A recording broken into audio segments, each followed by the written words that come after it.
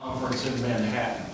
This is a group of mostly Ivy League MBA students, and they put together a conference. They organize it, they lead it, and one of the things they do is talk about how faith interacts with business practices. And so there was a presentation by a couple of partners from Goldman Sachs on Wall Street on servant leadership. And so they start out talking about Jesus and his teachings and the actions and how he modeled it. Then they go to Greenleaf and they talk about how the servant leader is servant first and all the things that we know from Greenleaf's work. And so they finish their presentation and they get to the Q&A, and one of the guys from Harvard raises his hand and he says, "Sounds great, but does it really work?" Because this audience was full of the future CEOs of America, and they like the theory, but they're thinking, I'm going to be a doormat. I'm just going to get run over in business if I am a servant leader. So it was a legitimate question. So I get on my phone real quick. Well, the answer, I got to tell you, the answer was, well, Jesus was the greatest leader of all time. It worked for him, so it'll work for you. Was basically what it boiled down to. So that was a very unsatisfying answer for me. So I'm getting on my phone doing some research on, okay, where's the empirical data so I can show these guys? And there just really wasn't anything out there. There's a lot of research, a lot of theory, and a lot of scale development and all of these things. But as far as looking to see, does it work in business settings and in boss-employee relationships and things like that, there's just really not much out there. And I thought, well, maybe these guys, they're business guys, maybe they are more familiar with and more comfortable with level 5 leadership. So level 5 leadership, there we go, level 5 leadership. Jim Collins is the best-selling business author of our generation. He's got 6 best-selling books, and out of all of those 6 best-selling books, there's really one chapter that he's probably best known for. In his book, Good to Great, he wants to look at how companies, or the question is, can companies that are good companies become great companies? And so he looked at financial results from the past 100 years or so, 1,100 U.S. corporations. Are there companies that have been good for a long time and then immediately jump to great and stay great?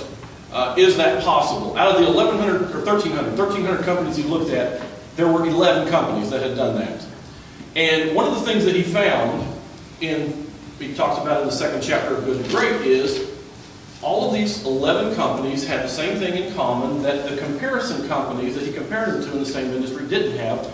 And they had a hard time defining exactly what it was. But they said these guys are humble, but they're driven. And they talked about calling it, when they were having the debate among the research team, they talked about calling it servant leadership. And they said, no, it's different than servant leadership. These guys are really driven. But there is this idea of personal humility. So these guys are humble, they listen to other people, but they have this professional will. He said that they are driven to achieve. He said they have an absolute, obsessed, burning, compulsive ambition that's not about them. It's about the organization. It's about the cause. And not themselves. And they didn't know what to call it, so they finally just called it level 5 leadership. And so then this has become, in business circles, this has become well known. There is no academic research on this. And I'll tell you why in a second. But one of the interesting things, a quote I came across from Dr. Patterson and co-authors is, servant leaders and level 5 leaders are not antithetical. In fact, they may be the same leaders. And so that intrigued me. And I thought, well, what do we know about level 5 leaders? Well, the problem is Collins' research is flawed on this topic. And I've uploaded my paper, by the way, so you can look at all the details of some of the things I'm going to skim over pretty quickly here.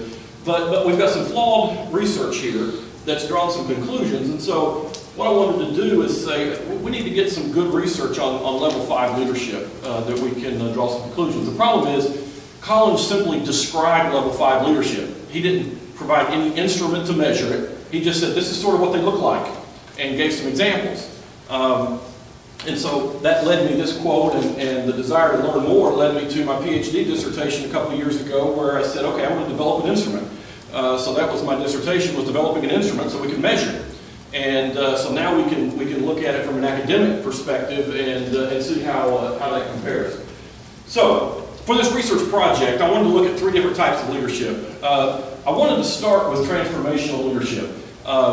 Transformational leadership has been used as much as all other leadership types combined in leadership research. So we've got a phenomenal wealth of information available to us on transformational leadership. So I wanted to include that. But when we look at the constructs of these 3 leaderships, each of them have a little different perspective, a different angle on what the leader is looking at. So for example, transformational, they focus on elevating the performance of the organization by stirring followers to look beyond their own self-interest for the good of the group. So it's about how do I help the organization achieve through inspiring my followers. It may or may not have some of the same character or leader that's a transformational leader, may or may not have servant leadership or level 5 leadership characteristics. Then we look at level 5 leaders, and level 5 leaders are in service to the organization or cause, not their followers. So they are all about that obsessed, burning, compulsive ambition for the organization. If the follower benefits, great. If not, I'm all about the organization and the cause and how do I move that forward. And then servant leadership, of course, is focused on serving the followers. And we've got organizational objectives are subordinate. So the idea is if I serve the followers, if my followers benefit from my leadership, then the organization as a whole is going to benefit, but I'm not doing it for the organization. I'm doing it for my followers. So even though there's some similarities there, and we see some things that may make these look similar, they each have their own focus and construct. So for this research, what I did, first of all, looking at the data model, I got 3 independent variables. So we got transformational leadership as a scale of 1 to 5. Level 5 leadership is dichotomous. Jim Collins described they're either level 5 or they're not level 5. There's no scale, there's no in between. It's black or white. And then servant leadership is a scale of 1 to 5. And then our dependent variable here is the perception of boss performance. So from a follower perspective, is my boss more successful or less successful than his peers? And so let's break this down a little bit. First of all, transformational leadership, I think with this audience, I don't have to spend a whole lot of time on this. Like I said, it's more than all other measurements or instruments combined. So 45 items using the MLQ. I also got data on transactional and passive leadership, but for this particular project, I was only looking at the transformational piece of that. For servant leadership, there's a lot of different instruments out there that have come along in the past, well, since '77 probably, when Greenlee first introduced it. But one I liked came out in 2015 called Essential Behaviors of Servant Leadership. So Dr. Winston, Dale Fields put together this instrument that looked at what are the behaviors, taking out a meta approach to all of these things we know about servant leadership. What are the behaviors of what a servant leader looks like? So the question on the survey, to what extent do the following statements describe the behavior of your boss?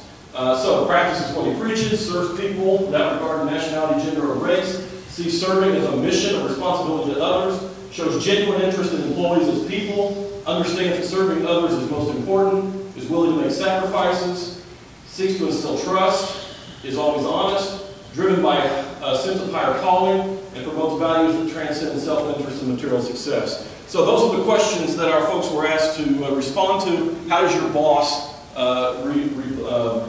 reflect those behaviors? So then the instruments measure level 5 leadership that I developed in my dissertation. On a scale of 1 to 10, to what extent do the following characteristics describe your boss? So we've got the 2 different constructs of level 5 leadership. We've got the personal humility. So there's 5 characteristics of personal humility. And then professional will, intense resolve, dedication, etc. So that was included to measure level 5. To just give you an idea of what the level 5, so this is sort of a new idea. When I looked at measuring the responses on the level 5 leader, what I've got here is personal humility on the x-axis. So low personal humility to high personal humility, and then on the y-axis professional will. Low will to high will. I call that dot right there Donald Trump. So you've got the very intense professional will, a 1 on the humility. Over here, we've got leaders that are humble, but really don't have that drive or determination. They're humble folks that sort of plod along and get the job done. And here you just got generally just weak leaders. They're low in both areas. So really what we're focused on, and here's the ones we like. So level 5 leaders, they're high in both measures. So then to measure success, there are several different ways we can do that. What I want to do is start with the followers' perception. So we talked this morning about followers and how they're engaged in the process. And so here we look at the followers' perception of the boss. So the first question on this section was, what is the most important objective indicator of the performance of your boss? So sometimes it was sales, and sometimes it was profit, or employee turnover, or whatever that objective measure is. And the follow-up question was, okay, how does your boss compare to his peers on that measure? Below average, above average, about average, that type of thing. And so then each of them was identified for that. So the research questions that we wanted to get to: is there a statistically significant relationship between leadership type and followers' perception of the boss's performance? Which leadership type is the best predictor of the follower's perception of the boss's performance review? And is there a strong correlation between these 3 different types of leadership? So, to get to the answers, by the way, out of curiosity, what do you think on these? Is there a statistically significant relationship between leadership type and performance? Yes or no? Yes? No? Yes. Yeah? Yes. Which leadership type is the best predictor? What do you think? Based on what you've read of all of them. Servant leadership. 5.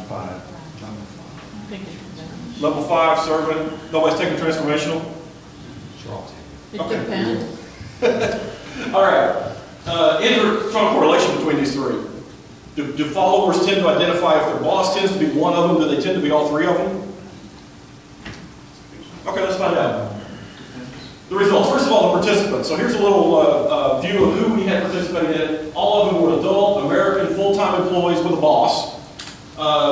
From a gender and age perspective, pretty good representation of both genders, all age ranges from under 30 to over 60.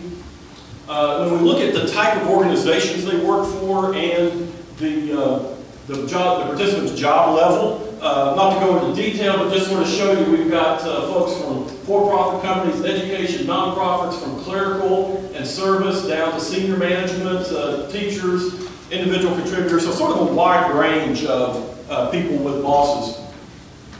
When we looked at that question of how does your boss compare to his peers, one of the things that was interesting is 105 plus 56 said their bosses were above average. So that's 60% of the people polled thought their bosses were above average in performance. There's some research behind it. I won't get into the details on that. Sort of that, hey, we're a team, we're together, so it tends to skew to the right there a little bit. When we benchmark that against level 5 leaders and see how those break out, it's sort of interesting. The blue line here is level 5 leaders. So if an employee thought that their boss was a level 5 leader, 54% of them said they were above average in performance, 35% of them said far above average in performance.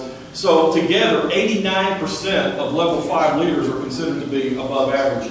Compare that to the non-level 5 leaders, and less, so actually 49%. So you've got 89% of level 5 leaders who are average or above, and far above, 49% of non-level 5 leaders. So we can sort of, without even putting any statistics to it yet, we can sort of look at it and say, yeah, level 5 leaders do better than non-level 5 leaders. So now let's put some statistics to it. Doing some ordinal regression on this and looking at, and again, you can check the paper online and get the details of this. I'm going to hit this pretty quick. But when we look at the R-square, or the pseudo R-square in ordinal, we look at level 5, and it comes up 12.6% of the variability is attributed to by level 5 leader. Now, I was actually personally hoping, I was sort of rooting for that one to say, hey, that that'd be a good one. But the data is what it is. 12.6. It is positive and it is statistically significant, but only 12.6. Transformational leadership, 19.6% of the variability accounted for by transformational leadership. servant leadership 23.6. If we put all of them together, the model shows 25.1. So really not a whole lot more than what servant leadership by itself accounts for. One of the interesting things is when we put all three of them together, level 5 and transformational becomes statistically insignificant. Servant leadership remains statistically significant. So clearly servant leadership is the one that's driving the results on this as far as the follower perception. So when we look at the correlation between the three of them, what we find is particularly transformational leadership and servant leadership, very strong correlation between those two. All of them are positive and statistically significant. Level 5 is really the least correlated with the other two, but they are strongly correlated. So typically, if somebody sees their boss as one, they tend to see the others also, or see the other labels as well. So we go back to the research questions. Is there a statistically significant relationship? Yes. Which leadership type is the best predictor? Servant leadership, and yes, there is a strong correlation between follower perceptions of those three. So with that, are there any questions? What's next? You know, I heard it said one time when you go to the well on research, take a big bucket. I've got a ton of data. So this was the very first. So one of the interesting things is the difference between profit and nonprofit. So for example, what I found is more people that are level 5 and servant leaders tend to migrate to nonprofit organizations. So there are much more nonprofit, or those types of leaders are much more likely to be a nonprofit than for-profit. So I think that's an interesting angle to take on it. That's probably my next one. Yes, ma'am. Can you go back to your question?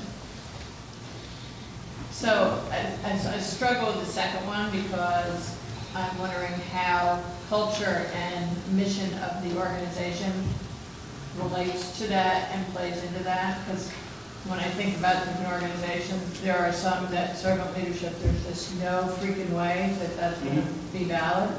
So can you share any thoughts you had on that? You know, that's an interesting point. I didn't go to that level as far as saying, what is your organization? That might be an interesting follow-up study to say, well, particularly if you focus in on one of the things I thought about doing was taking two organizations that are similar in nature and test the hypothesis on one that tends to be more servant. In fact, my former employer is a pretty servant-led organization. We've got a competitor that I would say is not. And so it'd be interesting to compare the results of those two and see what that looks like. Or even by industry. Yeah. So like financial services versus automotive, or, you know, just a thought. Good. Thank you. All right. Thank you, Wilbur.